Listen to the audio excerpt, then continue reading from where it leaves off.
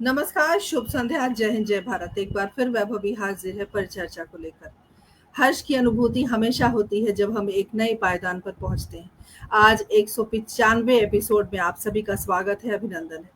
जैसे जैसे हम 200 के करीब पहुंच रहे हैं, हमारी जिम्मेदारियां थोड़ी और बढ़ती जा रही हैं और हमें लगता है कि थोड़े और परिपक्व विषय पर हम बातचीत करें। और कई बार कुछ लोगों ने हमसे ये भी कहा कि हम राजनीति से दूर रहें, हम उन विषयों से दूर रहें जो विषय विवाद उत्पन्न करते हैं। लेकिन मुझे लगता है सोशल मीडिया भी मीडिया का एक अ, नया रूप है आज के ज़माने में। और जिस तरह टीवी पर मीडिया और अखबारों में प्रिंट और इलेक्ट्रॉनिक मीडिया ने अपना कर्तव्य का निर्वहन किया है, वैसे ही सोशल मीडिया का भी एक कर्तव्य है सत्य को उजागर करना, सत्य के तथ्य को उजागर करना और उन बातों को आप तक पहुंचाना। क्योंकि ये एक छोटा सा हैंडसेट है, एक मोबाइल है आपके हाथ में, जो आपको पूरी दुनिया, कहते हैं ना, पूरी दुनिया मुट्ठी में है आज के समय में।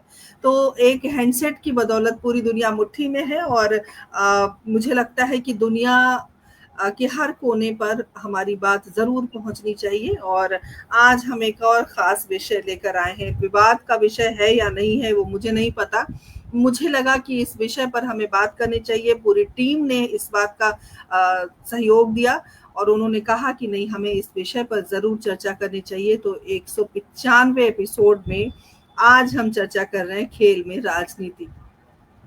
प्रश्नवाचक चिन्ह हमने इसलिए लगाया है क्योंकि खेल में राजनीति अ, बहुत पहले से होती आ रही है और भी जिसकी वजह से न सिर्फ राष्ट्र बल्कि जो हमारा समाज है वो, और जो जुझारू खिलाड़ी हैं और जो वाकई काबिल हैं, उन्हें कहीं न कहीं सफ़र करना पड़ता है, उन्हें कहीं न कहीं परेशानी उठानी पड़ती है। तो हमें लगा कि हमें इस विषय पर बात करनी चाहिए।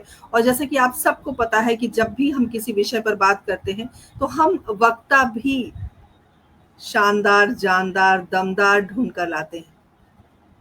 जैसा विषय वैसे वक्ता। आज भी हम 3 वक्ताओं के साथ मौजूद हैं परिचर्चा में और हमारे साथ अ, डॉक्टर पुष्पलता तनेजा जी हमेशा की तरह जुड़ गई हैं। बहुत-बहुत अभिनंदन, बहुत स्वागत। हिंदी साहित्य संस्थान की महत्वपूर्ण कड़ी और साथ ही केंद्रीय हिंदी निदेशालय में निदेशक के पद पर रही हैं। साथ ही भाग्यलक्ष्मी नैयर जी जुड़ गई हैं। बहुत-बहुत अभिनंदन, बहुत स्वागत। और हमारे साथ आज वक्ता के रूप में डॉक्टर ऋचा सूद हैं। गाज़ियाबाद की प्रथम महिला एथलीट हैं जो स्वर्ण पदक विजेता रही हैं। 12 अंतर्राष्ट्रीय पदक प्राप्त कर चुकी हैं, विजेता रही हैं। सीबीएसई नेशनल अवार्डी प्रिंसिपल रही हैं। 2011 में शिक्षक के क्षेत्र में 34 वर्षों का योगदान और अनुभव है आपके पास। 40 वर्षों से खेलों से जुड़ी हुई हैं, उनका जुड़ाव रहा है और लगातार खेल आयोजनों और खेल प्रतियोगिताओं में प्रतिभाग कर रही हैं। 131 पुस्तकों की लेखिका भी हैं। अब आप सोचिए, एक लेखक, एक खिलाड़ी, एक गृहिणी, एक खूबसूरत महिला, जो अभी थोड़ी देर में अभी आप उनसे मिलेंगे। बहुत कहते हैं ना कि प्रतिभाओं की कोई कमी नहीं है हमारे भारत में। और ब्रांड एम्बेसडर हैं भारतीय रेड क्रॉस सोसाइटी की।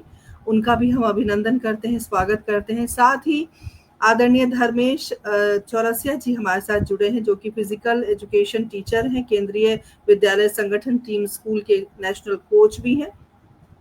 केंद्रीय विद्यालय नंबर 3 झांसी सेवा काल लगभग 28 वर्षों का इनका रहा है और हम उनका भी अभिवादन करते हैं। और साथ ही हमारे साथ आदरणीय रवि शर्मा जी जुड़े हैं, जो कि कोच हैं ताइक्वांडो के और योग के प्रशिक्षक भी हैं। तो उनका भी हम तहे दिल से स्वागत अभिनंदन करते हैं। और जैसा कि हमने विषय ले लिया और विषय भी ऐसा है कि बहुत प्रासंगिक है। हमेशा खेल में राजनीति होती रही है, जबकि राष्ट्र राष्ट्र का प्रतिनिधित्व जितने भी खेल हैं वो करते हैं। और खेल में राजनीति एक जटिल और बहस का विषय हमेशा रहा है और राजनीति होनी नहीं चाहिए, हमारी सोच है।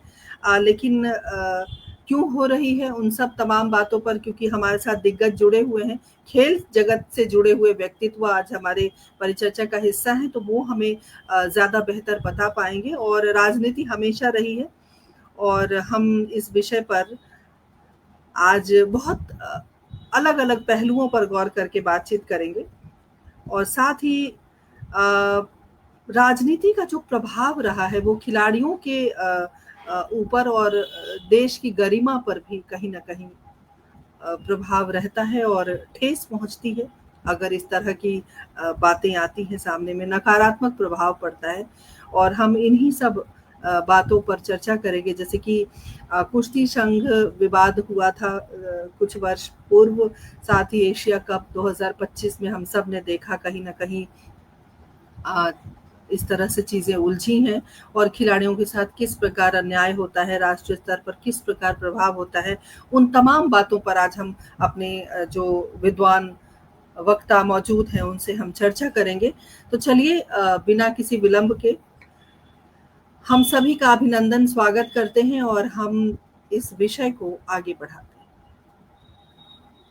आप तीनों का बहुत-बहुत स्वागत है हमारे इस पटल पर और एक बेहतरीन परिचर्चा में स्वागत है और देखिए 195 बार-बार मैं इस बात को कह रही हूँ। मुझे बहुत गौरव की अनुभूति हो रही है कि हमने निर्बाध 195 एपिसोड तक अपने आप को पहुँचाया और इस कार्यक्रम को पहुँचाया है और ये बहुत मेहनत का काम है, बहुत क्या कड़ी मेहनत जिसको कहते हैं। अलग-अलग विषय पर आप बात कर रहे हो, अलग-अलग वक्ताओं के साथ और लगातार कोई कार्यक्रम चल रहा है तो हमारे लिए खुशी की बात होती है और जब सराहना मिलती है तो 4 चाँद लगते हैं। तो आप तीनों का पुनः हार्दिक अभिनंदन स्वागत करती हूँ और धीरे-धीरे हमारे साथ दर्शक जुड़ेंगे इस कार्यक्रम के माध्यम से हमेशा की तरह।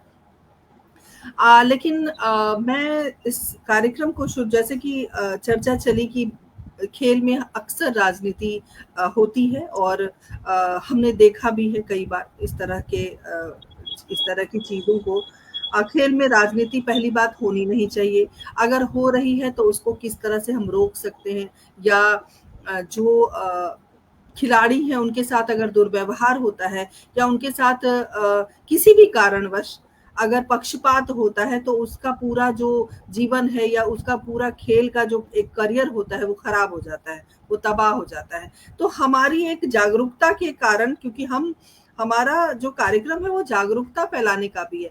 तो इस कार्यक्रम के माध्यम से हम ज़रूर अपनी बात लोगों तक पहुँचाएँगे कि इस तरह की जो चीज़ें समाज में चल रही हैं वो ना हो और राजनीति को हम खेल से दूर रखें क्योंकि खेल भावना से यदि खेल खेला जाए तो वो बहुत खूबसूरत होता है और 2 देशों को 2 कस्बों के मतलब 2 देशों के अलग-अलग लोगों को जोड़ने का काम ये खेल करता है और खेल खिलाड़ी अलग-अलग देश के होते हैं, चाहे आप ओलंपिक ले लें चाहे आप क्रिकेट को ही ले लें या हम हॉकी को ले लें, किसी भी खेल को ले लें, बास्केटबॉल को ले लें या खो-खो को ले लें, कबड्डी को ले लें, हर अलग-अलग देश के खिलाड़ी आते हैं, तो कहीं न कहीं एक सामंजस्य होता है 2 देशों के बीच। लेकिन जब इस तरह की भावनाएँ आती हैं, तो चीज़ें थोड़ी इधर-उधर हो जाती हैं, तो हमने सोचा चलिए इस विषय पर बात करते हैं। तो मैं सबसे पहले चूँकि डॉक्टर ऋचा मैं आपके पास आना चाहती हूँ और मैं चाहती हूँ कि इस कार्यक्रम को आप शुरू करें और आपके बारे में जहाँ तक मैंने पढ़ा, सुना, समझा, राजनीति से रूबरू आप भी रही हैं, जो खेल में राजनीति होती है। तो मैं चाहूँगी कि यहीं से हम इस कार्यक्रम की शुरुआत करें और आप बताएँ कि जो विषय हमने चुना है, वो कितना सार्थक है आज के समय में और कितना प्रासंगिक है। क्या लगता है आपको खेल में राजनीति होनी चाहिए या नहीं होनी चाहिए? स्वागत है। वैभवी जी, सबसे पहले तो 195 एपिसोड पूरे करने के लिए और इसका हमें हिस्सा बनाने के लिए बहुत शुभकामनाएं और धन्यवाद।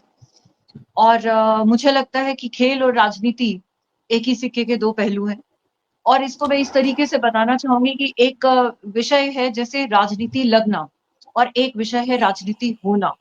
कुछ खिलाड़ी अच्छे होते हैं लेकिन उनसे अच्छे खिलाड़ी भी होते हैं और कुछ लोग खिलाड़ियों को लगता है कि हमारा सिलेक्शन नहीं हुआ।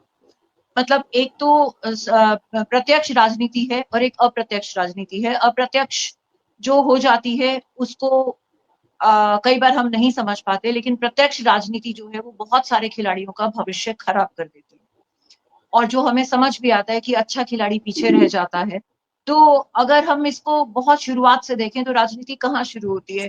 मान लीजिए एक टीम गेम का सिलेक्शन होने वाला है, तो टीम गेम में एक कोच के भी फेवरेट बच्चे होते हैं और नॉन फेवरेट बच्चे होते हैं, किसी को वो लाइक करता है, किसी को वो डिसलाइक करता है। तो राजनीति तो वहीं से शुरू हो जाती है। किसी बच्चे ने कभी डिसिप्लिन में नहीं रहा और किसी ने कुछ गलती कर दी, तो वो कोच का फेवरेट बच्चा नहीं रहता। तो पक्षपात जहां से शुरू हो जाता है, वहां से जड़ों से राजनीति शुरू हो जाती है। तो इसके ऊपर लेवल बढ़ते चले जाते हैं। अक्सर टीम गेम्स में बहुत ज्यादा राजनीति पाई जाती है, क्योंकि टीम गेम्स में आपके पास पक्षपात करने का बहुत एक खुला मंच आपको मिल जाता है। और इस तरीके से जो है कई बार बहुत अच्छे खिलाड़ी पीछे रह जाते हैं। अगर खेल में राजनीति, भ्रष्टाचार और रिश्वतखोरी नहीं हो, तो शायद हम जो मेडल टैली है ओलंपिक्स की और एशियन गेम्स की, हमारे हिंदुस्तान के बच्चों में उतना टैलेंट है कि हम वो 70, 80, 90 स्वर्ण पदक जीत सकते हैं, अगर वो राजनीति ना हो।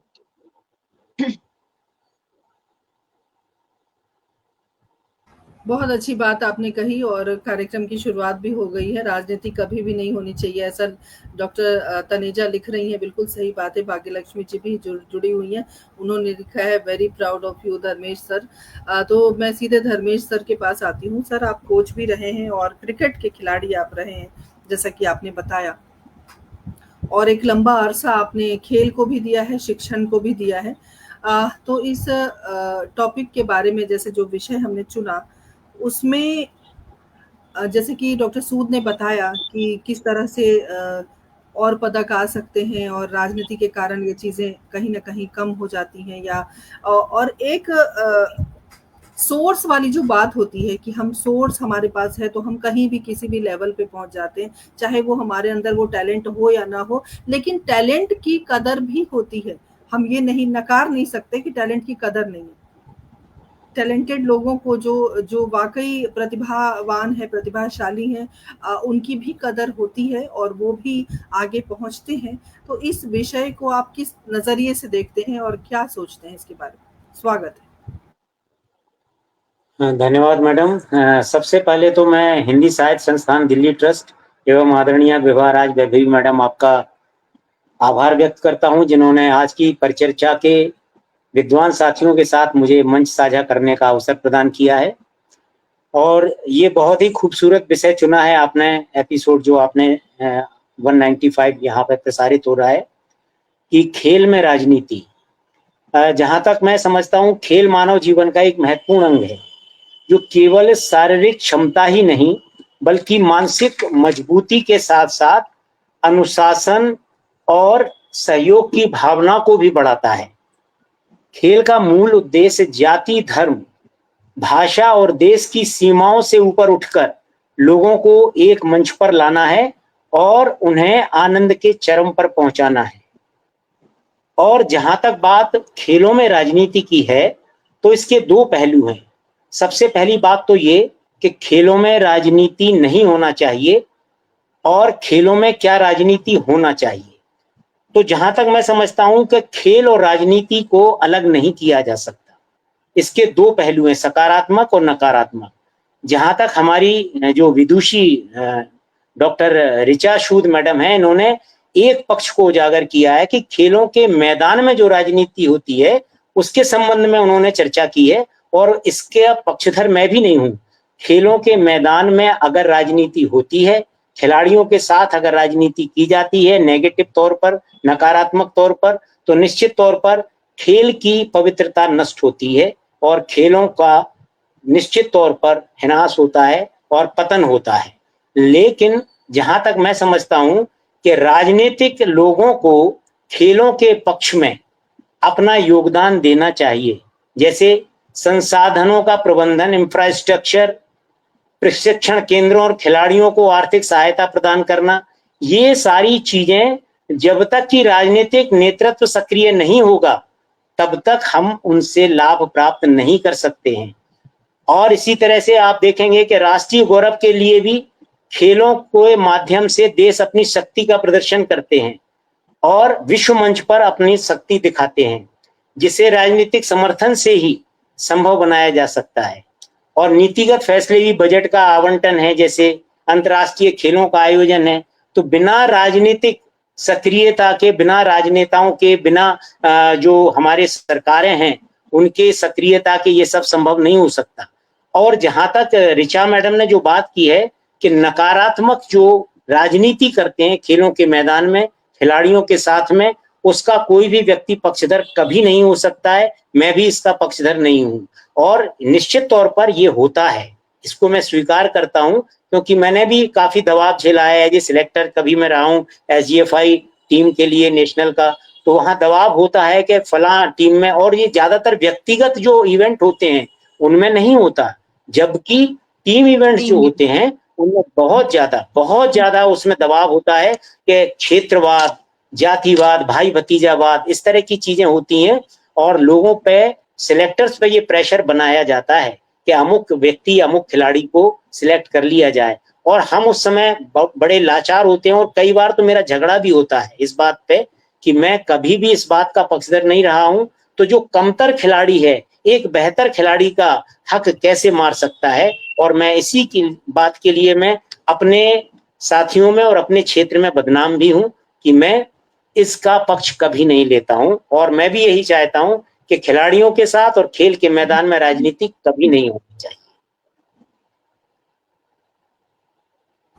बहुत बढ़िया बात कही सर आपने, और बिल्कुल सही कहा आपने कि राजनीति, और देखिए कोई भी काम अगर हम राष्ट्र के लिए, देश के लिए अगर हम खेल खेलते हैं, चाहे वो ओलंपिक हो, क्रिकेट हो, या फुटबॉल हो, या फिर हमारा राष्ट्रीय खेल हॉकी, उन सब में सरकार की बड़ी महत्वपूर्ण भूमिका होती है, महती भूमिका जिसको हम कह सकते हैं, क्योंकि उनके योगदान के बगैर हम अंतर्राष्ट्रीय स्तर पर बहुत ज़्यादा कुछ नहीं कर पाएंगे।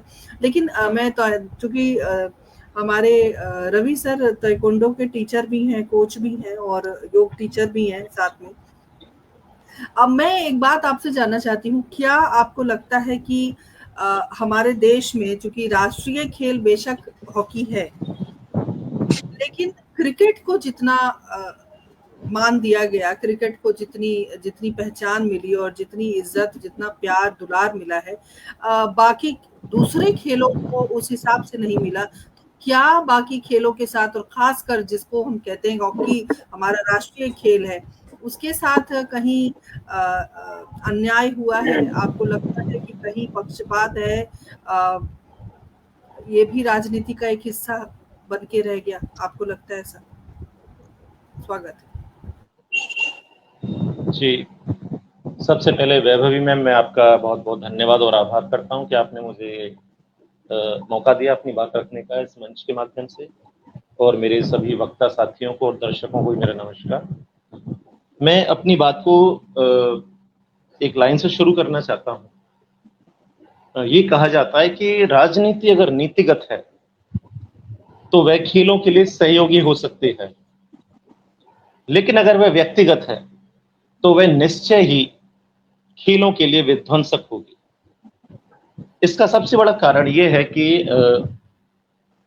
हमारे देश की जो राजनीतिक व्यवस्था है, वहां यह है कि हमारी जो राजनीतिक पार्टियां हैं या जो राजनीतिक दल हैं, वो हमारे देश के लोगों को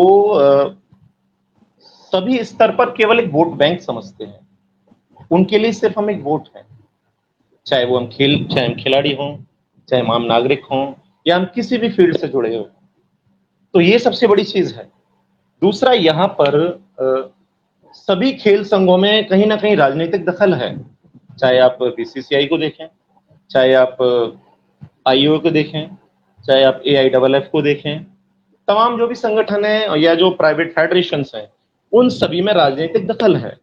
और वहां राजनीतिक दखल होने का सबसे बड़ा जो कारण मुझे जो लगता है वो ये है कि वहां इन खेल संघों में अपनी दखल बनाकर जो राजनीतिक व्यक्ति हैं, चाहे वो बहुत से सांसद भी हैं इसमें, बहुत से विधायक भी हैं, बहुत से मंत्रीगण भी इसमें मौजूद हैं, वे कहीं ना कहीं वहां पर भी अपने वोट बैंक को तलाशते हैं और उसको पक्का करने की कोशिश करते हैं। उसके अलावा उनका इन खेल संघों में या तमाम दूसरे जो भी संघ हैं, उनमें एक राजनीतिक शक्ति का प्रदर्शन करने का भी उनका एक जो तरीका ये भी होता है कि वहां भी अपनी अपने रसूख को वहां पर वो दिखाते हैं उसके माध्यम से कि हमारी देखो इतनी चलती है, हमारी इतनी चलती है। अभी इसका पिछले वर्ष ही हम देख कर चुके हैं, रेसलिंग फेडरेशन ऑफ इंडिया में जो कुछ हुआ वो सभी को पता ही है और किसी से अछूता नहीं है। और वहाँ क्या हुआ और लास्ट में क्या हुआ, लास्ट में इन खिलाड़ियों को हार कर उन्होंने संन्यास लेना पड़ा खेल से, क्योंकि वहाँ पर जबरदस्त उनका दखल है, उनकी पहुंच है, उनकी पावर है वहाँ पर। तो उसका इस्तेमाल करके, अपनी राजनीतिक शक्ति का इस्तेमाल करके वो चीजों को न्यूट्रलाइज करते हैं, उनको मतलब उनको कंट्रोल करने की कोशिश करते हैं, जिससे तमाम खिलाड़ियों का मनोबल टूटता है। उनको ऐसा लगता है कि इतना सारा हमने सब कुछ अचीवमेंट भी कर लिया, फिर भी क्या है, कुछ नहीं है।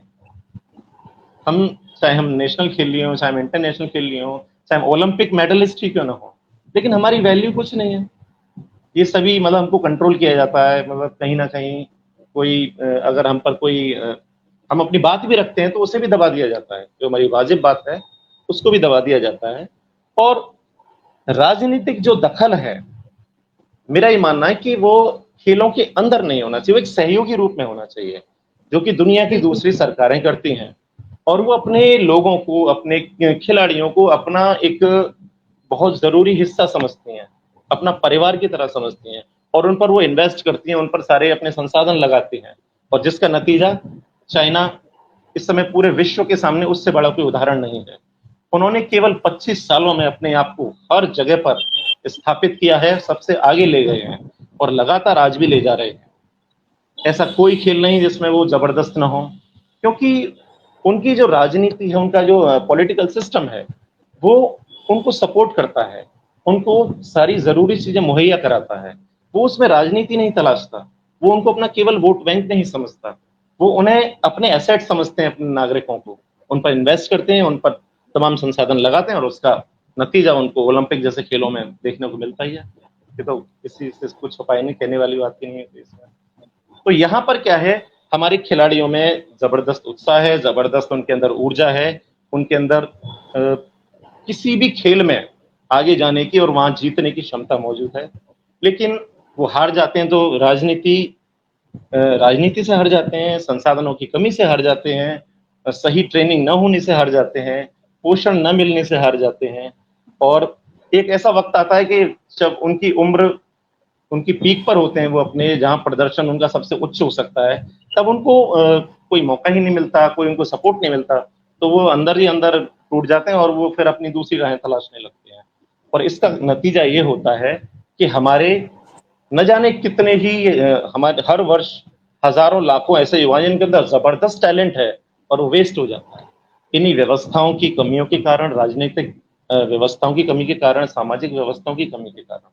तो ऐसा मुझे लगता है कि कहीं ना कहीं इसमें हमारा जो सोशल सिस्टम और पॉलिटिकल सिस्टम, इसमें बहुत बड़ा योगदान है उसका, कि हम इतनी बड़ी युवा आबादी होने के बावजूद भी मेडल्स लाने के लिए तरसते हैं, चाहे वो ओलंपिक हो, चाहे वो एशियन गेम्स हो, कॉमनवेल्थ हो।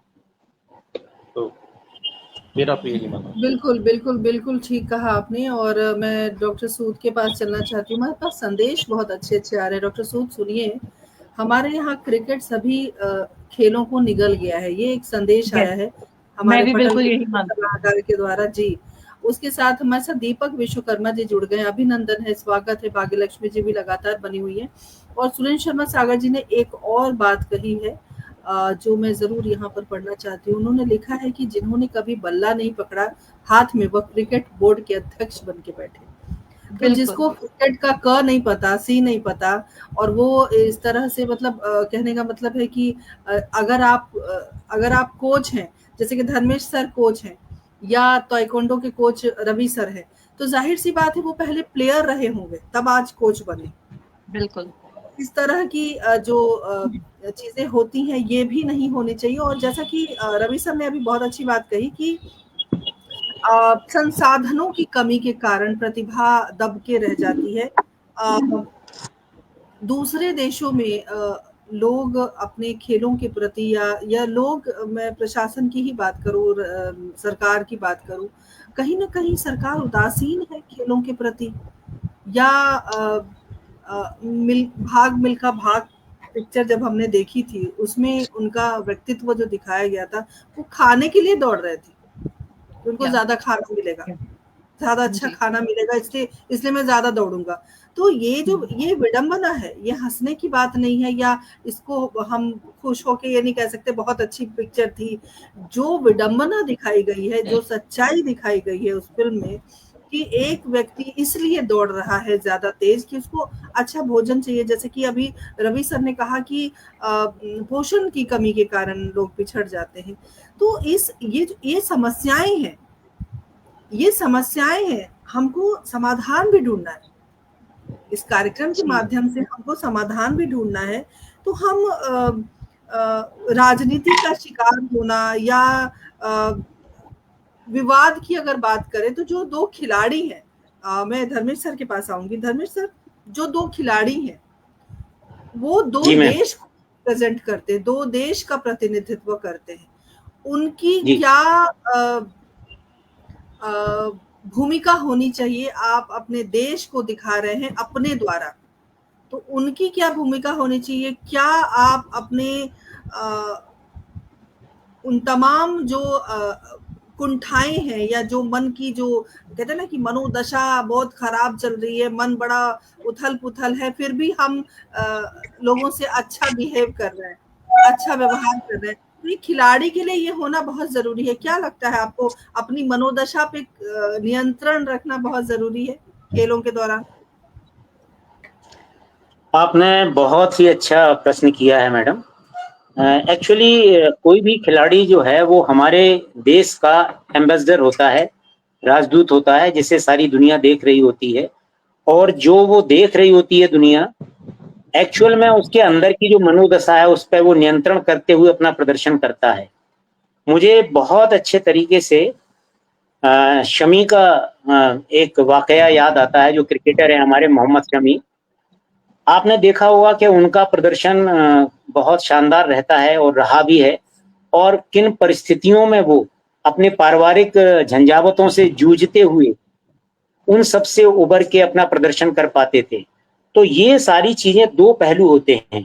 पहली बात तो ये कि जब कोई भी जर्सी पहनता है तो वो उस टीम को, उस क्षेत्र को और उस देश को रिप्रेजेंट करता है, और जब वो उस देश को रिप्रेजेंट कर रहा होता है तो उस पर ये बड़ी जिम्मेदारी होती है कि उसके व्यवहार से, प्रदर्शन भले ही उसका कम ज्यादा हो सकता है, लेकिन उसके स्वभाव से और उसके हाव भाव से और उसकी हरकतों से, मैं सीधा सीधा बोलूंगा कि उसकी हरकतों से कहीं कुछ देश पे धब्बा ना लगे, ये उसकी जिम्मेदारी होती है। और जहां तक बात होती है कि उसकी मनोदशा, तो ये मैं जानता हूं कि बहुत सारे फैक्टर होते हैं जो हम देखते हैं कि एक अंतर्राष्ट्रीय स्तर का जो खिलाड़ी होता है वो वहां तक पहुंचने के लिए किन हालातों से गुजरा है, ये वही जानता है। मैंने बहुत करीब से देखा है, किट यूनिवर्सिटी भुवनेश्वर में दुती चांद जो अंतर्राष्ट्रीय एथलीट रही हैं, कि वो किस तरह से, किन हालातों से गुजरी हैं, और उनको अडॉप्ट किया किट यूनिवर्सिटी ने, और उनके पास जूते भी नहीं थे, उनके लिए जूतों के लिए सारा स्पॉन्सरशिप किट यूनिवर्सिटी के उन्होंने उनको प्रोवाइड कराई, तब जाके वो अंतर्राष्ट्रीय स्तर पर चमक पाई। हिमा दास, ऐसे बहुत सारे लोग हैं जो अपनी पारिवारिक परिस्थितियों से उभर कर ऊपर आते हैं और उन अंतर्राष्ट्रीय प्रदर्शन करके ख्याति पाते हैं। ये समाज की भी बहुत जिम्मेदारी बनती है कि हम ऐसे खिलाड़ियों को सपोर्ट करें, और उनके हालातों को यदि हम सहयोग कर सकते हैं तो उन्हें जरूर सहयोग प्रदान करें। वो सहयोग किसी भी प्रकार से हो सकता है, मानसिक संबल प्रदान करके भी हम उन्हें सहयोग दे सकते हैं। किसी को ट्रोल ना किया जाए, जब हम हारते हैं तो उसको ट्रोल किया जाता है कि इसने प्रदर्शन अच्छा नहीं किया, या इस खिलाड़ी के कारण हार गए हम, जबकि खिलाड़ी अपना 100% उस समय योगदान देने की कोशिश करता है खेल के मैदान में, कि मेरे द्वारा मेरी टीम या मेरे देश का नाम रोशन रहे, और वो पूरी कोशिश करता है। फिर भी कहीं ना कहीं उसके अंदर चल रही घटनाएं, उसके अंदर चल रही परेशानियां, उलझनें उस पर हावी हो जाती हैं, तभी उसका प्रदर्शन लचर होता है। तो हम सबकी ये जिम्मेदारी है कि हम एक खिलाड़ी को सपोर्ट दें और तब जाके उससे उम्मीद करें। हम ये तो कहते हैं कि खिलाड़ी ने देश को क्या दिया, लेकिन देश को भी ये सोचना चाहिए कि देश ने खिलाड़ी को क्या दिया। तो जब हम इस भावना के साथ जब खिलाड़ी को सपोर्ट करेंगे तो निश्चित तौर पर मेडल की बरसात होगी। जैसा ऋचा मैडम ने कहा कि मेडल लाना, या रवि शर्मा जी ने जो कहा ना कि मेडल लाना कोई उतनी बड़ी बात नहीं है। राजनीतिक रूप से जब हम किसी का दमन करते हैं, अपने किसी भाई भतीजे को ऊपर लाने की कोशिश करते हैं, तो उस प्रतिभा के आंसू उसको निश्चित तौर पर पीछे धकेल देते हैं, और एक बार पीछे होने के पश्चात वो कितना पीछे चला जाता है, किसे करना पड़ती है, इस खिलाड़ी से केवल पूछा जा सकता है। और उसकी मनोदशा और उसकी अंदर आंतरिक भावना को केवल एक खिलाड़ी ही समझ सकता है। मैडम, बिल्कुल सही कहा आपने सर, और ये भी सोचने के योग्य बातें हैं, और समाज की भी एक जिम्मेदारी है, हमारी आपकी जिम्मेदारी है कि अगर हमारे आसपास कोई ऐसा प्रतिभावान खिलाड़ी है, या ऐसा कोई भी, चाहे वो पढ़ने वाला बच्चा ही क्यों ना हो, अगर उसके अंदर जी प्रतिभा है, तो समाज का भी दायित्व है कि वो उसे आगे बढ़ने में मदद करे, सहयोग करे। ये हम सिर्फ सरकार के भरोसे या स्वयंसेवी संगठनों के भरोसे अपने देश को या अपने नौनिहाल को नहीं छोड़ सकते। हमारी भी थोड़ी बहुत जिम्मेदारी है, जो जिम्मेदारी हमें निभानी चाहिए। हमारे साथ संजय पोद्दार जी जुड़ गए हैं, अभिनंदन। भाग्य लक्ष्मी जी लगातार जुड़ी हुई हैं। नेहा शर्मा हमारे साथ जुड़ गई हैं। निशा शर्मा हमारे साथ जुड़ गई हैं। निशा जी, बहुत बहुत स्वागत, अभिनंदन करती हूँ। और भाग्य लक्ष्मी जी ने आपकी बहुत तारीफ की है। सबसे अच्छी बात है कि आज की चर्चा में मैं एक खास बात जरूर नोटिस कर रही हूँ, मैं देख रही हूँ, आप सब बहुत सुंदर जवाब दे रहे हैं, और बहुत संक्षेप में जवाब दे रहे हैं, और बहुत बेहतरीन जवाब दे रहे हैं। मुझे लग रहा है कि और अच्छे अच्छे जो प्रश्न हैं वो आप तक पहुंचेंगे, क्योंकि हमारे पास समय भी है। डॉक्टर सूद, मैं आपके पास आना चाहती हूँ। खेल की राजनीति से देश के ऊपर और देश अंतर्राष्ट्रीय स्तर पर भी प्रभाव पड़ता है, और कहीं ना कहीं जो खिलाड़ी हैं उनके मनोबल पर भी बड़ा गहरा प्रभाव पड़ता है। तो आपको क्या कभी एक खिलाड़ी होने के नाते, अगर मैं आपसे सवाल पूछूं कि एक खिलाड़ी होने के नाते कभी आपके साथ इस तरह का व्यवहार हुआ, और अगर हुआ तो आपने कैसे इसको ओवरकम किया? क्योंकि ये एक संदेश है जो उन तमाम खिलाड़ियों के पास, या उन तमाम वैसे संघर्षरत व्यक्तियों के पास ये संदेश जाएगा इस कार्यक्रम के माध्यम से, जो बहुत जरूरी है। तो मैं चाहूंगी कि आप भी अपना जो आपका रहा है अनुभव जीवन का, खेल के प्रति या व्यक्तिगत तौर पे, वो हमारे दर्शकों तक पहुंचाएं। जी हाँ, जी। सबसे पहले तो मैं एक लड़की थी, और मैंने जब खेलना शुरू किया 1985 में मैंने खेलना शुरू किया। उस समय लड़कियों के लिए खेलना एक बहुत बड़ा चैलेंज भी हुआ करता था। तो हर रोज, हर दूसरे तीसरे दिन, हर स्टेज पर मैंने चैलेंजेस झेले हैं, और बहुत जगह मैं उन चैलेंजेस की वजह से पीछे भी हटी हूँ। मैं आपको ले जाना चाहूंगी पीछे 1987-88 में जूनियर नेशनल हॉकी के लिए मेरा सिलेक्शन हुआ था। हम लोग यूपी की टीम से पार्टिसिपेट कर रहे थे, और मुरादाबाद में ये टूर्नामेंट चल रहा था। मुझे सारे मैचेस खिलाए गए। क्वार्टर फाइनल पे आने के बाद मुझे नहीं खिलाया गया। उसके बाद हॉस्टल की गर्ल्स, जो लखनऊ की गर्ल्स थी, उनको खिलाना शुरू कर दिया, क्योंकि हॉकी एक टीम गेम था। मैं लेफ्ट फुल बैक खेला करती थी। लेफ्ट फुल बैक में बहुत एक स्ट्रॉन्ग पोजीशन होती है, और उसके बाद जो है जब सिलेक्शन मींस क्वार्टर फाइनल से सिलेक्शन स्टार्ट होने थे इंडियन हॉकी टीम के लिए, तो वहां से मुझे एक्स्ट्रा में बाहर बिठा दिया गया। मुझे बहुत गहरी चोट लगी उस समय, बहुत ज्यादा दुख भी हुआ। तो मैंने वहां से डिसाइड किया कि मैं अब टीम गेम्स में नहीं पार्टिसिपेट करूंगी। चूंकि डीएनए में स्पोर्ट्स था मेरे, तो इस वजह से मैं खेलती रही, और खेल को मैंने छोड़ा नहीं। मैंने अपना इंडिविजुअल गेम चूज करे।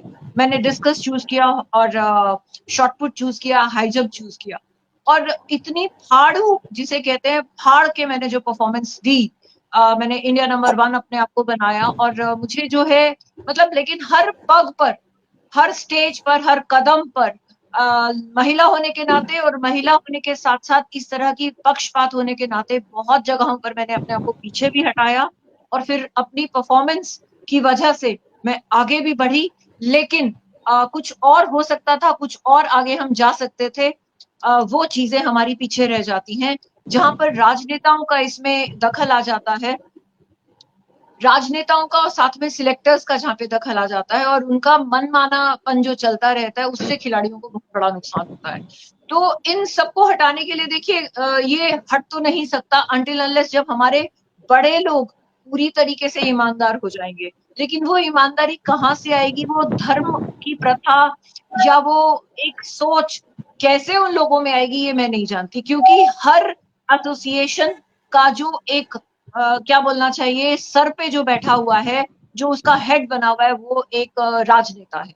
हर एसोसिएशन के अंदर राजनीतिक दखल है, और राजनेता भी वो है जिन्होंने, जैसे अभी कहा कि किसी श्रोता ने, दर्शक ने बताया कि जो है जिन्हें क्रिकेट का क भी नहीं आता वो उनके हेड बने बैठे हैं।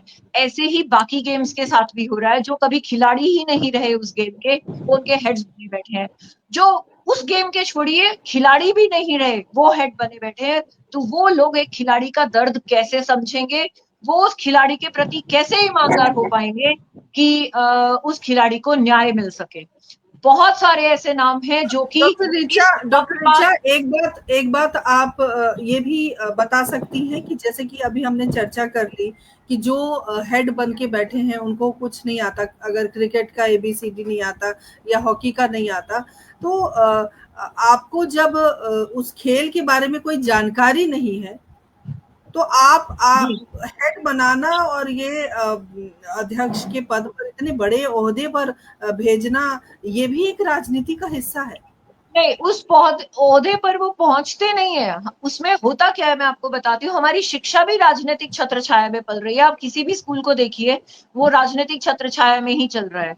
तो राजनेताओं की छत्र छाया लेना इसलिए आवश्यक हो जाता है, ये एक हमारी मजबूरी बन जाती है कि अगर राजनेता हमारा सरसंघ चालक होगा तो फिर वो जो है हमारे लिए आसान रास्ते आसान हो जाएंगे। लेकिन वहां आसान रास्ते होने की जगह कई बार बहुत मुश्किल रास्ते हो जाते हैं।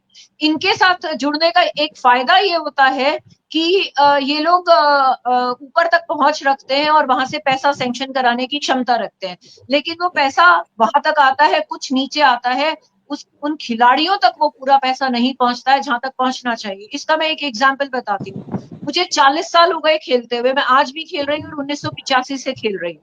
ठीक है, 1985 में भी हमारे जो स्पोर्ट्स के ग्राउंड थे उसमें डिस्कस थ्रो का सर्कल हम मिस्त्री ले जाकर के साइकिल के पीछे सीमेंट की बोरी रख करके ले जाते थे और बनाते थे। आज 40 साल बाद भी हमारी वही स्थिति है कि हम अपनी डिस्कस का सर्कल आज भी हम खुद सीमेंट की बोरी और मिस्त्री को ले जाकर के स्टेडियम में बनाते हैं। और तो और हमारे डिस्कस के सर्कल निकल कौन लेता है, क्रिकेट की पिच आ जाती है, या वो क्रिकेट का स्टेडियम बाद में बन जाता है। उसके लिए मतलब ये घोषणा हो जाती है कि आज से क्रिकेट स्टेडियम होगा, तो वो हमारे बनाए हुए पुराने सर्कल्स को भी निकल जाते हैं, तोड़ देते हैं, वहां पे क्रिकेट की बाउंड्री बन जाती है और हमारी प्रैक्टिस वहां खत्म हो जाती है। तो ये बिल्कुल सच है कि क्रिकेट निगलता जा रहा है बाकी गेम्स को, हावी हो गया है हिंदुस्तान के दिमाग पर। ऐसा नहीं होना चाहिए, जबकि क्रिकेटर्स की मेहनत उतनी नहीं है जितनी एक एथलीट की मेहनत होती है। जो एक इंडिविजुअल 100 मीटर दौड़ता है या 400 मीटर दौड़ता है या हर्डल करता है या ट्रिपल चेस करता है या थ्रो करता है, उनकी मेहनत उनसे कहीं ज्यादा होती है। लेकिन एक ग्लैमर की वजह से BCCI ने अपने पास पैसा इतना इकट्ठा कर लिया कि उसको ग्लैमराइज कर दिया, गेम को, टीवी को खरीद लिया, मीडिया को खरीद लिया। तो उस तरीके से उनको जो ग्लैमर मिलता चला गया वो बाकी खेलों के लिए बहुत नुकसानदायी रहा। और जहां तक बात आती है हम राजनेताओं के पास, हम खिलाड़ी लोग अर्जियां लेके खड़े रहते हैं कि हमें ये सुविधा चाहिए, हम DM के आगे जाके सुविधा के लिए मांग करते हैं, हम CDOs के आगे जाकर के सुविधा के लिए मांग करते हैं, लेकिन वो अर्जियां किन फाइलों में दब के रह जाती हैं वो हम नहीं जानते। उन अर्जियों को मतलब इस तरीके से दबा दिया जाता है जैसे कि कभी उसको देखा ही नहीं गया, सुना ही नहीं गया। तो जब हमारी खिलाड़ियों की सुनवाई ही नहीं होती तो हम ऐसे कैसे हम आगे निकल पाएंगे। उसके अलावा मैं बताती हूँ बहुत सारी एसोसिएशंस ऐसी हैं जहां पर आज भी लड़कियों का शोषण होता है, महिलाओं का शोषण होता है, और महिलाओं को अगर उनके साथ मतलब गलत संबंध बनाने के लिए मजबूर किया जाता है, अगर वो नहीं बनाएंगी तो महिलाएं आगे नहीं बढ़ सकती, चाहे वो आपके एसोसिएशन में कोच के रूप में जा रही हो, मैनेजर के रूप में जा रही हो, आज भी ये होता है। और इस वजह से मुझे भी कई जगहों से अपने कदम पीछे हटाने पड़े, जबकि बहुत सारी अपॉर्चुनिटीज हो सकती थी, लेकिन ऐसा आज भी नहीं है। पर्दे के पीछे कुछ और हो रहा है और पर्दे के सामने दिखाया कुछ और जाता है। आज भी अति भ्रष्ट लोग, बहुत ही गंदे लोग ऐसे ऐसे पदों पर बैठे हुए हैं कि जो महिलाओं को भी मजबूर करते हैं कि वो अपना चरित्र हनन करें।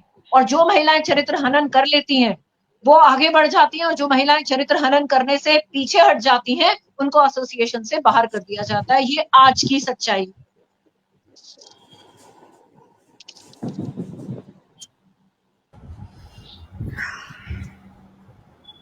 और ये बहुत दुखद है कि आज भी हिंदुस्तान में ऐसा हो रहा है कि टैलेंट की कदर नहीं है। आप चरित्र हनन की कदर मतलब चरित्र को खराब करके आगे बढ़ना है, शॉर्टकट रास्तों से आगे बढ़ना है। और आजकल लड़कियों ने भी अपना लिया है कि ठीक है, जब यही रास्ता है तो शॉर्टकट यही रास्ता है, तो लड़कियां भी उठ के चल देती हैं, और लड़के भी उसका मतलब कोचेस भी और बड़े लोग भी और नेता लोग भी इस चीज का फायदा उठाते हैं और महिलाओं को या खिलाड़ियों को आगे बढ़ने का मौका दे देते हैं। राजनीति इस हद तक गिर चुकी है। ऋचा जी, आपने तो ऐसी बातों का उजागर आज किया है कि थोड़ी देर के लिए मुझे लगा मैं क्या बोलूं, मुझे समझ नहीं आ रहा, क्योंकि कई बार हमारे सामने ऐसी परिस्थिति उत्पन्न हो जाती है, तब हमें लगता है कि चर्चा तो बिल्कुल सार्थक चल रही है, आदरणीय सुरेंद्र शर्मा सागर जी लिख रहे हैं, लेकिन जो सच्चाई बयान कर रही है हमारी ऋचा जी, वो सुनकर थोड़ी निराशा हो रही है। और कहीं ना कहीं देखिए मीडिया जो है वो हमारे इसका चौथा स्तंभ है, जिसे ये सब सच्चाइयां उजागर करनी चाहिए। लेकिन मीडिया हमारा जिस हद तक नीचे उसका स्तर जा चुका है, तो ये बहुत अच्छी पहल है वैभवी जी आपकी कि आपने मीडिया जो चौथा स्तंभ है उसकी जिम्मेदारी को खुद अपने कंधों पर उठा लिया है। और चूंकि अगर मैं किसी भी टीवी पर चर्चा करने जाती हूँ, जब मैं इस तरीके का विषय उठाती हूँ तो मेरे ऊपर एंकर बोलना शुरू कर देते हैं ताकि मेरी आवाज दर्शकों तक ना पहुंच सके। तो आपको मैं इस चीज का धन्यवाद दूंगी और बधाई दूंगी कि आपने इतना नर्म और गर्म विषय उठाया है कि इस पर हम खुल के बात कर सकते हैं, और हो सकता है ये आवाज उन सही कानों तक पहुंच जाए जहां पर इन आवाजों को सुना जा सके और कोई एक्शन लिया जा सके हमारी फरियादों के ऊपर, हमारी कोई बात। डॉक्टर ऋचा सूद, मैं आपको बताना चाहती हूँ, एक्शन तो हमारे ऊपर हो चुका है। मैं इस प्रोग्राम को जहां भी शेयर कर रही हूँ, ये प्रोग्राम शेयर नहीं हो रहा है। अब आप समझिए कि किस स्तर पर राजनीति चल रही है। हमारे प्रोग्राम को लेकर भी ये सिर्फ मेरे पेज पर लाइव जा रहा है, मैं कहीं और उसको शेयर करने की कोशिश कर रही हूँ, वो नहीं हो रहा, लेकिन हम करेंगे क्योंकि बहुत सारे ऑप्शन है। आप होशियार हैं तो आपसे ज्यादा मीडिया यदि अपनी जिम्मेदारी नहीं उठा रहा है तो सोशल मीडिया को जिम्मेदारी उठानी ही होगी, कहीं तो सच बोलना ही होगा। सच बोलना है, और हम अपने मंच के माध्यम से सच बोलते भी हैं। और दिलराम भारद्वाज जी हमारे साथ जुड़ गए हैं बहुत खूबसूरत वादी से। बहुत बहुत स्वागत करती हूँ, अभिनंदन करती हूँ। आप हमेशा हमारे कार्यक्रम में आते हैं और बहुत तल्लीनता से कार्यक्रम को सुनते हैं। इतना सत्य बोलने की हिम्मत के लिए बधाई। डॉक्टर सूद, आपके लिए एक संदेश आया है, आप जरूर देखें। कटु सत्य है और सार्थक चर्चा और बहुत सुंदर इस तरह की बात हो रही है। और डॉक्टर आपके साथ भाग्य लक्ष्मी जी ने भी एक संदेश आपके लिए भेजा है कि इतना अच्छा आप बोल रही हैं और आपकी हिम्मत आपको बहुत सराह रही है वो, और उन्होंने लिखा है बहुत शुक्रिया समझने के लिए, बहुत शुक्रिया। क्योंकि दर्शक अगर हमारी बात को समझ रहे हैं तो वो संवेदनशील है, और यही संवेदनशीलता हमें हमारे जो सर पर बैठे हुए हैं, जो राजनीतिक नेता बने हुए हैं, अगर यही संवेदनशीलता जो हमारे दर्शकों में है वो उनमें आ जाए तो शायद परिदृश्य बदल सकते हैं, जो हमारे पैराडाइम है वो शिफ्ट हो सकते हैं और हमारी मेडल टैली बढ़ सकती है। पैसों की भी बात करें अगर, तो फंडिंग की भी बहुत दिक्कत होती है छोटे स्तर पर। मैं यहाँ गाजियाबाद की खो खो की अध्यक्ष हूँ, जबकि हमारे गाजियाबाद में फंडिंग के लिए ऊपर से पैसा आना चाहिए। इसके लिए मैं खुद पैसा दे दे करके अपनी टीमों को यहाँ से भेजती हूँ खेलने के लिए, जबकि ये जिम्मेदारी सरकार को उठानी चाहिए, यहाँ के प्रशासन को। यहाँ पे जो नगर निगम है, मैं सिर्फ हमारे शहर की बात नहीं कर रही, दूसरे शहरों की भी बात करूंगी। नगर निगम के पास भी खिलाड़ियों के लिए पैसा आता है, लेकिन वो पैसा, वो फंड कहाँ चला जाता है हमें नहीं मालूम, किस जगह इस्तेमाल होता है हमें नहीं मालूम। हमारे स्टेडियम में बहुत बड़े बड़े करोड़ों के जिम के इक्विपमेंट्स आते हैं, वो दशकों तक बंद पड़े रहते हैं और अंत में खराब होकर कबाड़ी के भाव वो बिक जाते हैं, टेंडर्स उनके जाते हैं। मतलब इतनी कड़वी सच्चाइयां हैं जिनको हम कहाँ तक बयान करेंगे। अगर यही राजनीति जैसे कि अभी धर्मेश जी ने कहा कि अगर वो नीतिगत होती तो हम कुछ और होते, वो अपने व्यक्तिगत स्वार्थ में लिप्त होकर के राजनीति हो रही है, जो कि बहुत ज्यादा दुखद है, बहुत ही अति दुखद है। और इसके ऊपर कितना भी बोला जाए मुझे लगता है कम है। इसकी आवाज जितनी उठाई जाए वो लगता है कम है, और अगर आवाज नहीं उठाई जाएगी तो ये बढ़ता ही, ये अत्याचार, ये भ्रष्टाचार अत्याचार में परिवर्तित होने लग गया है। तो इस अत्याचार को रोकेगा कौन? हमें समाधान भी ढूंढना है, कौन रोकेगा, कैसे जी। रोकेगा, और इस पर भी हम चर्चा जरूर करेंगे। मैं रवि सर के पास आती हूँ। जैसे कि धर्मेश सर ने भी कहा और डॉक्टर सूद ने भी कहा, वो तमाम बातें और कुछ ऐसी बातें जो उजागर हुई हैं खिलाड़ियों के प्रति। देखिए, ये सिर्फ मुझे लगता है सिर्फ खिलाड़ी की बात नहीं है, खेल जगत की बात नहीं है।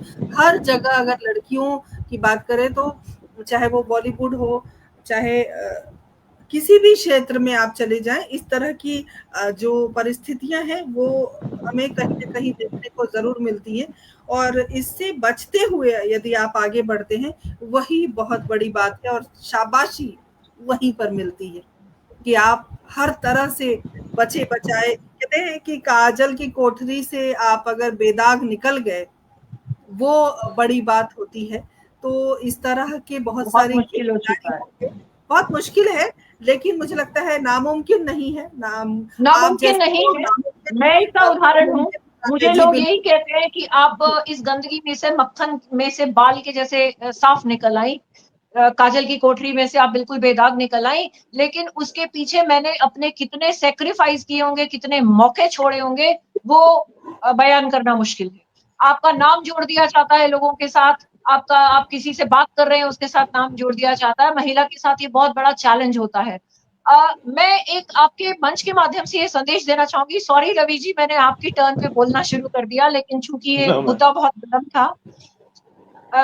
जब नाम जोड़ दिया जाता है किसी महिला का, तो वो कितना चरित्र हनन उसका कर दिया जाता है और उसको कितना डिमोरलाइज कर दिया जाता है।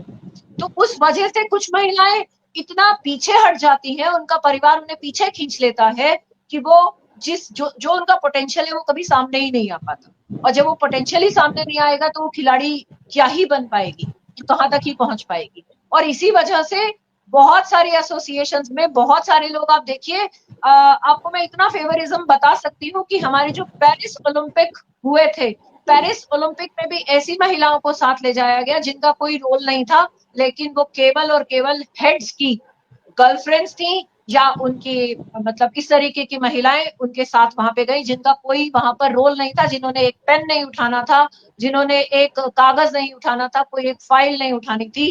पेरिस ओलंपिक्स की बात कर लीजिए या पैरा पेरिस ओलंपिक्स की बात कर लीजिए, दोनों में ही टीमों का यही हाल था।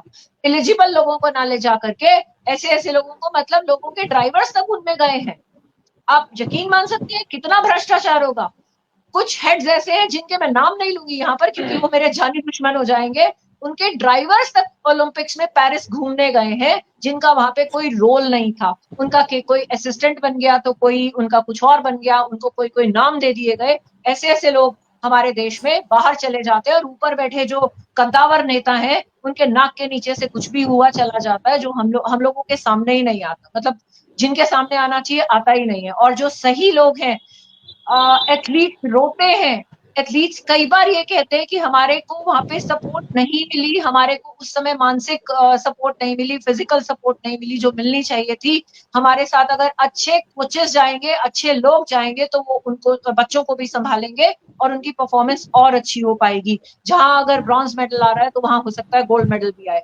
लेकिन ये भ्रष्टाचार खत्म कैसे हो और इसकी शुरुआत कहाँ से हो खात्मा करने की, वो अभी तक धागा हमारे हाथ लग नहीं पाया है कि वो कौन सा धागा होगा हम खींचें और ये भ्रष्टाचार अत्याचार बनने से रुक जाए। बहुत अच्छी बात आपने, वो दर्द जो है वो दर्द बयान हो रहा है आपके जो वक्तव्य है उसमें। और भाग्य लक्ष्मी जी ने लिखा है, I really feel your pain Richa ji. तो वाकई वो सब महसूस कर रहे हैं उस बात को, और यही हमारी चर्चा को सार्थकता प्रदान करती है। और रवि सर, मैं आपके पास आती हूँ, चूंकि आप कोच हैं ताइक्वांडो के, तो चलिए ना आपसे ही शुरुआत करते हैं और आपसे ही जानना चाहते हैं कि इस तरह की जो खिलाड़ी या और लोग राजनीति के शिकार बन जाते हैं, खेलों में जिस प्रकार से राजनीति चल रही है, और जो जैसे कि ऋचा जी ने खुलेआम कहा कि एक बड़े ओहदे वाले लोगों का एक कब्जा है इस पूरे क्षेत्र में, जिसकी वजह से इस तरह की चीजें देखने को मिल रही हैं। एक कोच होने के नाते आप अपनी टीम में, चूंकि ताइक्वांडो अपने आप में एक अलग विधा है, और वो बहुत सुंदर इसलिए भी है क्योंकि आप अपने आप को सुरक्षित रखते हैं उससे। ये अलग प्रकार का खेल है जिसमें आप अपनी आत्मरक्षा करते हैं, वो बहुत जरूरी है। मुझे लगता है कि ये घर घर में ये ताइक्वांडो और कराटे होना चाहिए, ताकि जो भयावह स्थिति समाज में इस वक्त है उससे हम अपनी बेटियों को, अपनी बच्चों को, अपनी किशोरियों को मुक्त करवा सकते हैं। तो एक कोच होने के नाते इस क्षेत्र में यदि पहल करने की बात हो, भ्रष्टाचार से थोड़ा सा हम अलग करने की कोशिश करें, तो आपका क्या संदेश होगा? और इस कार्यक्रम के माध्यम से आप, चूंकि आप लड़कियों को निःशुल्क प्रशिक्षित करते हैं, जैसा कि मैं जानती हूँ, माफ कीजिएगा, जो मैं सुन पाई हूँ अभी तक, तो आप मुझे जरूर बताएं कि किस प्रकार आप इस क्षेत्र में अपने आप को थोड़ा आगे बढ़ाकर राजनीति से उलट कार्य करेंगे, क्या कहेंगे आप? जी, मैं बहुत बहुत धन्यवाद आपका। आपने बहुत ही अच्छा प्रश्न किया है। अभी जैसे ऋचा मैम ने भी काफ़ी चीज़ें बताई कि जो हमारे सोसाइटी का बहुत ही डार्क पहलू है कि खेलों में और दूसरे क्षेत्रों में महिलाओं को किन चीज़ों का सामना करना पड़ता है, और वो बहुत ही ज़्यादा सोचने का विषय है, और जो उससे गुजरता है वही इस चीज़ को जान सकता है कि वो कितना पेनफुल होता है। सबसे पहले मैं एक छोटा सा इस पर प्रकाश डालना चाहूँगा कि ये स्थिति क्यों है और उसमें मेरी समझ क्या कहती है। दरअसल हमारा जो समाज है वो आज भी पितृसत्तात्मक और सामंती समाज है। हम आज भी अपने हम एक आधुनिक युग में जी रहे हैं, लेकिन आज भी हम अपने सामंती मूल्यों को और पितृसत्तात्मक मूल्यों को पूरी तरह से छोड़ नहीं पाए। आज भी वो बहुत गहराई से हमारे अंदर जड़ें जमाए हुए हैं, और इसकी शुरुआत बचपन से ही हो जाती है। आप देखें कि लड़कियों को एक अलग डायरेक्शन में पाला जाता है, लड़कों को एक अलग डायरेक्शन में पाला जाता है, तो वहीं से डिस्क्रिमिनेशन शुरू हो जाता है। और जब ये स्थिति आती है तो जो हमारे जो पुरुष वर्ग है उसकी परवरिश कुछ इस तरह की जाती है कि उसको एक आज़ादी दी गई है कि बेटा तुम कुछ भी कर लो, तुम्हारे लिए सारे खून माफ है। लेकिन एक महिला, एक लड़की अगर अपनी आज़ादी से, अपनी मर्जी से कुछ करना चाहती है तो वहां पर बहुत सारी बंदिशें हैं, वहां बड़ी दिक्कतें होती हैं, और ये आपको हर जगह मिलेगा। राजनीति में, किसी भी क्षेत्र में आप देख लीजिए, आज भी पुरुष प्रधान सारी चीजें हैं। क्योंकि यहाँ पर बात खेलों की हो रही है तो मैं उसी का उदाहरण देना चाहूंगा। आप जितने भी खेल संघ हैं, आप गौर कीजिए उनमें, आपको उनमें किसी भी पद पर महिलाएं आपको ढूंढे से नहीं मिलेंगी, या मिलेंगी तो बहुत आप उंगलियों पर नहीं गिन सकते उनको। सभी जगह पुरुषों का ही कब्जा है, और पुरुष वही बिल्कुल जो खांटी, बिल्कुल सामंती जिनकी सोच है, जिनकी पितृसत्तात्मक सोच है, वही आपको मिलेंगे। और इसका असर बहुत ही खतरनाक होता है, क्योंकि एक लड़की को, एक महिला को हर जगह इसका सामना करना होता है। उसे ऐसा लगता है कि मैं सेकेंडरी में, प्राइमरी हूं ही नहीं।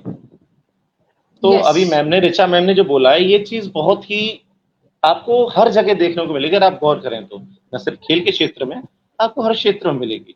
भले ही हम कितने भी पढ़ लिख गए हैं, कितने भी मॉडर्न हो गए हैं, महिलाएं बहुत प्रगतिशील हो गई हैं या अभी उस राह पर हैं, लेकिन अभी भी ऐसे वाकये होते हैं कि एक झटके में उनको ऐसा लगता है कि तुम कुछ भी नहीं हो, तुमने कुछ कर लिया होगा, तुम होंगी कुछ भी, लेकिन हमारे सामने कुछ भी नहीं है।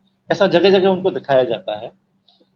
और दूसरी बात रही मैम कॉम्बैट स्पोर्ट्स की, जो मार्शल आर्ट्स का जो दूसरा एक पहलू है नॉर्मल स्पोर्ट से हटके, इसमें जो सबसे बड़ी बात यह है कि हम जो है डर पर काबू पाना सीखते हैं।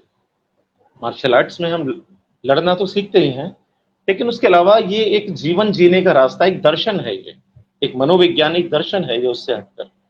आत्मरक्षा तो खैर इसका एक सबसे बड़ा पहलू है ही, लेकिन ये हमें लीडरशिप सिखाता है, हमको सेल्फ कंट्रोल सिखाता है, हमको विनम्रता सिखाता है, बहुत सारी ऐसी चीजें हमको सिखाता है। तो मेरा तो यही मानना है, यही मुहिम है मेरी कि ज्यादा से ज्यादा महिलाओं तक हम इस चीज को पहुंचाएं, तो निसंदेह उनके अंदर लीडरशिप क्वालिटी बढ़ेगी, उनके अंदर साहस आएगा अपने आप को ठीक रखने का, अपने आप को फिट रखने का, खतरों से जूझने का। ये उनका माइंडसेट इससे बनता है। मार्शल आर्ट्स ये सबसे बड़ी, इसका सबसे बड़ा ये खूबसूरती है इसकी कि ये आपको बुरे वक्त में भी, मुश्किल परिस्थितियों में आपको ये डटे रहना सिखाता है, और न सिर्फ शारीरिक स्तर पर, मानसिक, भावनात्मक, आध्यात्मिक हर स्तर पर ये हमें ऐसी ताकत देता है। तो मेरा यही मुहिम है कि मैं ज्यादा से ज्यादा schools, colleges, NGOs, corporate companies या जो भी माध्यम मिले, जो भी लोग इस मुहिम में मेरा सहयोग करें, मैं ज्यादा से ज्यादा लोगों तक इसे पहुंचाऊं, और न सिर्फ लड़कियों तक ही, लड़कों तक भी, सभी तक इसका पहुंचना बहुत जरूरी है, क्योंकि ये एक सर, खेल भी है, एक मैं कला चाहती भी है हूँ और एक विज्ञान भी है। सर, एक सवाल मैं आपसे पूछना चाहती हूँ, क्या मार्शल आर्ट महिलाएं सीख सकती हैं?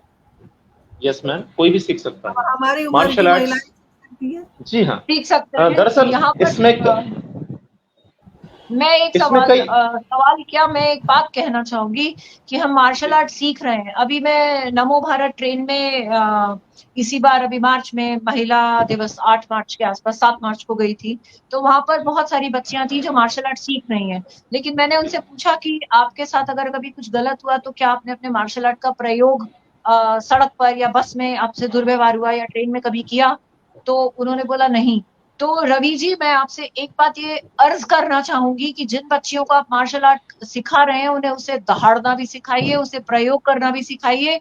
अभी हमारा मार्शल आर्ट जो है वो डमी बन के रह गया है। हम टच करके पॉइंट्स ले लेते हैं, ये छुआ, हमने पॉइंट ले लिया। लेकिन जब वो असली जिंदगी में, प्रैक्टिकलिटी में आता है, वो लड़की डर जाती है और घर बैठ जाती है। ये मार्शल आर्ट आत्मरक्षा केवल एक टेबल टेनिस का खेल बन के ना रह जाए। मेरी आपसे यही अर्ज है कि बच्चियों को वो हाथ उठाना और वो दहाड़ना और वो उस तरीके का कलेजा रखना भी सिखाइए कि आप मार सकती हैं। क्योंकि ये मेरे साथ भी हुआ है। मैंने भी इसका जूडो की कुछ टेक्निक सीखी थी, लेकिन असल जिंदगी में जब वक्त पड़ता है, हम उसका इस्तेमाल करने के लिए हमारा कलेजा नहीं काम करता है। लेकिन फिर जब मुझे ये महसूस हुआ कि इसके लिए कलेजा चाहिए, तो वो कलेजा भी इस्तेमाल करना सिखाइए, तब मार्शल आर्ट और आत्मरक्षा का ये जो टूल है वो सार्थक होगा। जब मैंने ये सीख लिया तो मैंने अपनी आत्मरक्षा करनी सीख ली, जब मैंने दहाड़ना और कलेजे को करेजियस रखना सीख लिया। बहुत बढ़िया जी। जी रवि सर, आप बिल्कुल, मैं जी धर्मेश सर, मैं आपके पास आऊंगी। रवि सर अपनी बात पूरी कर लें। जी सर, बात पूरी कीजिए। जी, मैम ने अभी जो ऋचा मैम ने बात कही, मैं उस पर अपनी बात पूरी करके इसको खत्म करूंगा। मैम, अभी आपने बोला कि अधिकतर लड़कियां जो हैं वो इसे सीख तो लेती हैं, लेकिन वो इसको अप्लाई नहीं कर पाती हैं। इसके दो कारण हैं मैम। पहला कारण ये कि मार्शल आर्ट्स के सेक्शंस अलग अलग हैं और उनमें अलग अलग तरह की ट्रेनिंग होती है। आज हम जो मार्शल आर्ट्स देखते हैं वो एक कॉम्बैट स्पोर्ट्स वाला पहलू है, और वहां पर केवल मैच खेलना सिखाया जाता है। लेकिन मार्शल आर्ट्स की मार्शल जोड़िए। जी जी, लेकिन मार्शल आर्ट्स की जो मूल आत्मा है, प्रैक्टिकल कीजिए। जी, तो मैम उसकी जो मूल आत्मा है वो आत्मरक्षा है। सर, एक प्रश्न आया है श्रोता की तरफ से। प्रश्न क्या है? एक बात है जो उन्होंने रखी है, लिखा है कि सचिन तेंदुलकर को भारत रत्न मिला, जबकि मेजर ध्यानचंद को मिलना चाहिए था, उन्हें भी मिलना चाहिए था, जो अभी तक नहीं मिला। तो कहीं ना कहीं पार्शलिटी, पक्षपात, ये हर अवार्ड में भी है, वो खेल में भी है, हर जगह है। जी सर, आप अपनी बात पूरी कीजिए। जी मैम, अभी आपने मैम की बात में खत्म करता हूँ कि मैं इसको जो सिखाता हूँ, मैं इसका जो मूल सेक्शन है सेल्फ डिफेंस, मैं उसी के तहत इसको सिखाता हूँ। जैसा कि स्पेशल फोर्सेस में भी सिखाया जाता है, पैरामिलिट्रीज में भी सिखाया जाता है, वहाँ इसका सेल्फ डिफेंस वाला पार्ट सिखाया जाता है, उसी की ट्रेनिंग कराई जाती है। तो उसमें वही टेक्निक्स होती हैं जो बिल्कुल एप्लीकेबल होती हैं और कॉम्बैट स्पोर्ट से अलग है। अब दूसरी बात, अभी मैम आपने बोला कि अभी जो भारत रत्न मिला मिस्टर सचिन तेंदुलकर को दिया गया और मेजर ध्यानचंद जी को मिलना चाहिए था। ये बिल्कुल सही है। अब इसमें भी वही बात आ जाती है जो आज का हमारा मूल मुद्दा है, खेलों में राजनीति। दरअसल भारत में क्रिकेट एक खेल नहीं है, वो एक व्यापार है, एक विशुद्ध व्यापार भी है। खेल तो है वो, लेकिन उसको एक विशुद्ध व्यापार बना दिया गया है और इसमें तमाम हजारों लाखों कंपनियां इसमें मौजूद हैं, बहुत सारे इसमें लोग मौजूद हैं जो इसमें जुड़े हुए हैं और इससे लगातार मुनाफा कमा रहे हैं। अब यहाँ पर भी मार्केटिंग वाली बात है। सचिन तेंदुलकर पूरी दुनिया में क्रिकेट के बल्लेबाजी के बहुत बड़े चेहरे हैं और बीसीसीआई पूरी दुनिया के लिए सबसे आईसीसी के लिए सबसे बड़ा पैसा कमाने का साधन है और यहाँ पर भारत एक सबसे बड़ी मंडी है, न सिर्फ खेल के लिए, पूरी दुनिया में तमाम जितने भी कंपनीज हैं सारा का सारा माल यहीं पर खपाते हैं अपना, और ये एशिया की और पूरे विश्व की सबसे बड़ी मंडी है क्योंकि हम लोग उनके लिए सिर्फ उपभोक्ता हैं, चाहे क्रिकेट में हो चाहे किसी भी चीज में हो, और हमको इसी तरह से ट्रीट करते हैं। तो सचिन तेंदुलकर को भारत रत्न दिया, इसके पीछे भी एक बहुत बड़ी इसकी व्यापारिक नीति है ये, क्योंकि वो बहुत बड़े चेहरे हैं, उनको जब मिले भारत रत्न दिया गया तो निसंदेह क्रिकेट और ज्यादा ग्लोरीफाई हुआ और उससे और ज्यादा उसमें इन्वेस्टमेंट आया और ज्यादा स्पॉन्सरशिप है। हमारा मुद्दा सर, हम इस बात से दुखी नहीं है, हमें खुशी है क्योंकि सचिन मेरे भी दिल के बहुत करीब है, हम सब उनको प्यार करते हैं, हम उन्हें इज्जत देते हैं,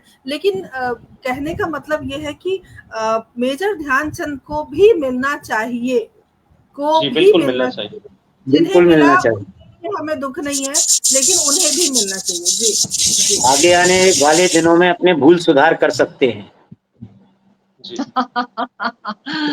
काश ऐसा हो, शायद हमारे कार्यक्रम के माध्यम से लोगों तक बात पहुंचेगी तो जरूर सोचेंगे। जी सर, आप अपनी बात पूरी कीजिए।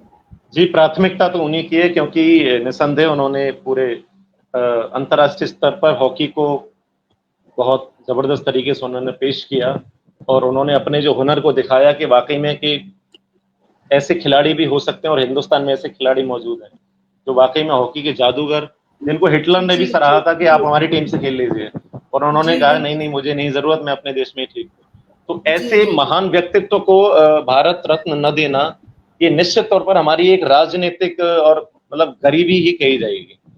बीमार सोच है जी, बहुत बीमार सोच है और कहीं ना कहीं बिल्कुल सच है कि क्रिकेट को इतना ज्यादा ग्लोरीफाई कर दिया गया कि दूसरे खेल कहीं नजर ही नहीं आते और उनको बच्चे भी ये सोचते हैं, जो आने वाले बच्चे हैं, टीनेजर्स हैं या जो युवा हैं, उनको लगता है कि दूसरे खेल हैं वो तो बेकार हैं, टाइम पास है और उनसे तो कुछ हो ही नहीं सकता।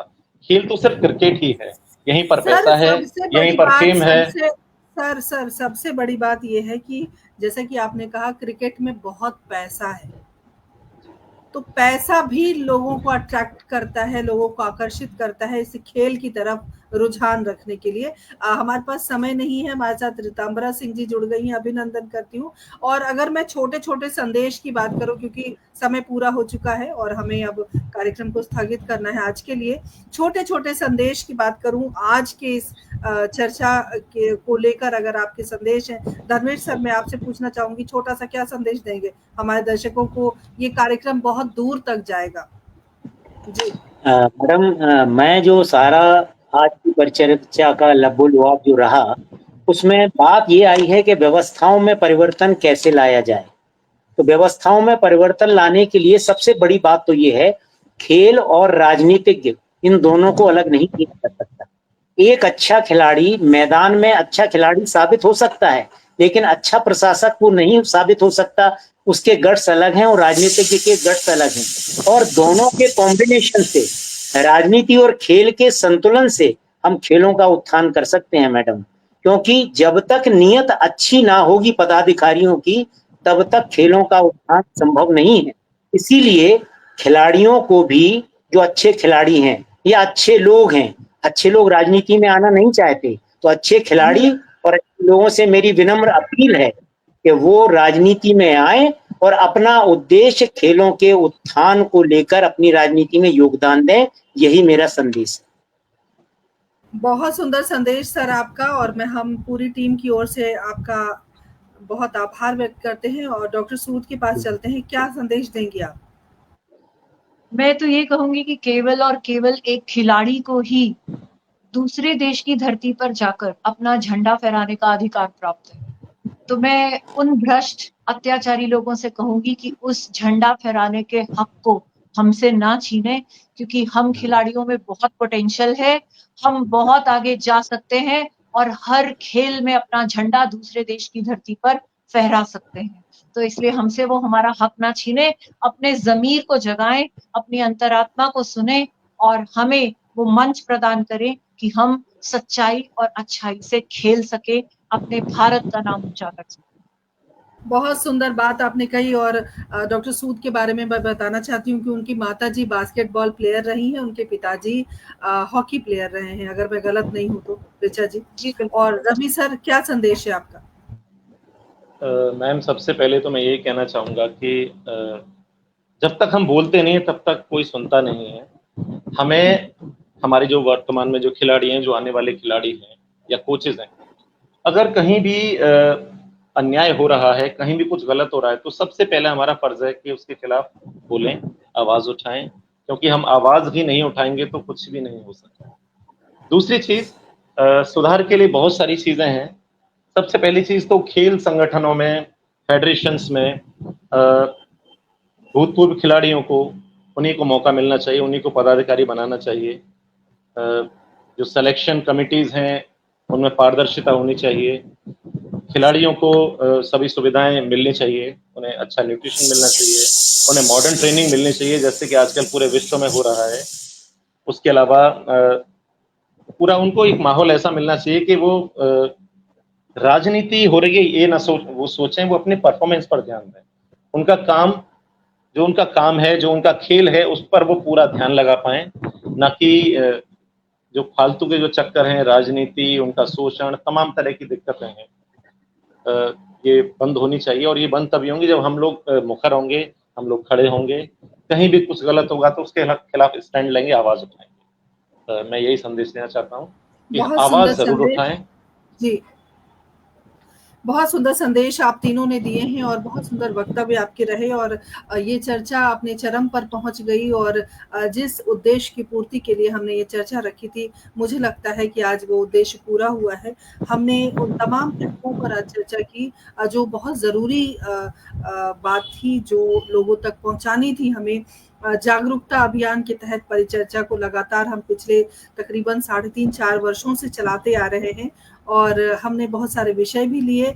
और तमाम दर्शक श्रोता जो विद्वज्जन हमारे साथ जुड़े हैं, हम तहे दिल से आपका शुक्रिया अदा करते हैं। आपके कारण ही हमारा ये कार्यक्रम हमेशा अपने चरम तक पहुंचता है और आपकी उपस्थिति हमारे लिए बहुत ज़्यादा ऊर्जा प्रदान करती है। और मैं सभी से गुजारिश करती हूँ, यदि आप पहली बार जुड़े हैं तो हमारे फेसबुक पेज को ज़रूर लाइक करें और उसे फॉलो करें। साथ ही हिंदी साहित्य संस्थान का यूट्यूब का चैनल भी है, उसे भी ज़रूर सब्सक्राइब करें। हम हर हफ्ते एक नए एपिसोड के साथ आपके साथ जुड़ते हैं, हर हफ्ते एक नया विषय लेकर आते हैं और किरदार ज़िंदगी में एक नए व्यक्तित्व से आपको हर बुधवार शाम 7 बजे मिलवाते हैं।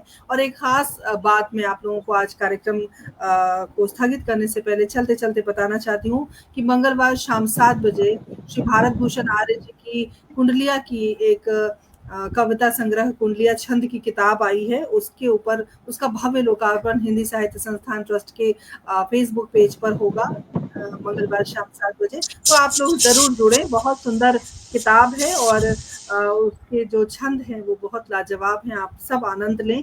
और डॉक्टर ऋचा सूद, धर्मेश चौरसिया सर और रवि शर्मा सर, आप तीनों का मैं तहे दिल से शुक्रिया अदा करती हूँ हमसे जुड़ने के लिए, अच्छी बातचीत करने के लिए और चर्चा को सार्थक बनाने के लिए बहुत बहुत धन्यवाद। और हम चाहते हैं कि जिस उद्देश्य से हमने ये चर्चा रखी वो उद्देश्य ज़रूर पूरा हो और जहाँ तक भी ये कार्यक्रम पहुँचे, जो भी मांग इस कार्यक्रम के माध्यम से हमने उठाई है, जो भी मांग हम चाहते हैं, जो वाकई ऐसे खिलाड़ी हैं जो डिज़र्व करते हैं वो वहाँ तक पहुँचे, तो उनके लिए एक रास्ता ज़रूर बने। इसी शुभकामनाओं के साथ आप तीनों का पुनः मैं अभिवादन करती हूँ और बहुत बहुत आभारी हूँ। बहुत बहुत धन्यवाद सभी का धन्यवाद। जी, अगली आपका भी बार बहुत सभी बहुत दर्शकों धन्यवाद। का बहुत धन्यवाद हमें सुनने के लिए, बहुत जी, शुक्रिया। जी। जी, बिल्कुल, और अगली बार फिर नए विषय के साथ वैभवी उपस्थित होगी, तब तक के लिए आज्ञा दीजिए। नमस्कार, जय हिंद, जय भारत, शुभ रात्रि। जय